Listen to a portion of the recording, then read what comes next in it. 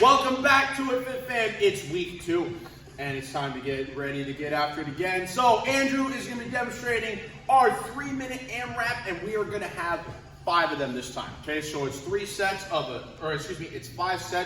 3-minute, as many rounds as possible. Your movements today. First, we're gonna have fit makers. I know you all missed them, so we had to bring them back for you. Okay, we're gonna show it 3 different ways. We're gonna show it with 1 dumbbell, 2 dumbbells, and 1 kettlebell. Okay, so first with 1 dumbbell.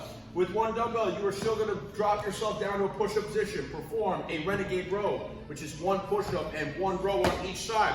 Before you bring yourself up, clean that dumbbell up and go into a thruster. Notice how he turned the dumbbell at the bottom to get into a better position to actually be able to catch it like so, to drive back up and overhead. Okay, make sure you pay attention to that point.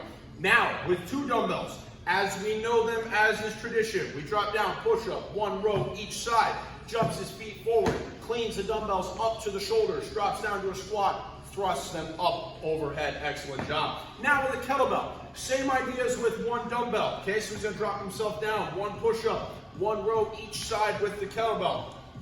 Good. He'll bring the kettlebell to the middle, turn it. Kettlebell clean, squat, and press up and overhead. The shift of the hands around from the handle to underneath and drive them overhead is going to make it a lot better for your shoulders to actually finish all the way up overhead instead of finishing back like so. Okay? Then, 10 each side is going to be a piston press or ballistic row. So, if you have 2 dumbbells, this is what your piston press will look like. You're going to be the pistons in a car, essentially punching the ground. Okay? Make sure there's no one underneath you that you are actually punching. Okay? If you're doing it with 1 dumbbell or 1 kettlebell, alternate sides, just like so. Okay, with 10 on each side, switching it there, and then with the kettlebell, it's a little bit easier to where you can actually do the ballistic row where you'll switch hands each and every row, just like so. Okay, so 10 reps each side of that. Then you'll go through those 2 movements, 3 minutes, as many rounds as possible. Once you're done and that 3 minutes is up, you're going to do a 100-meter suitcase carry, either with your 1 dumbbell or 1 kettlebell. If you do not want to walk anywhere,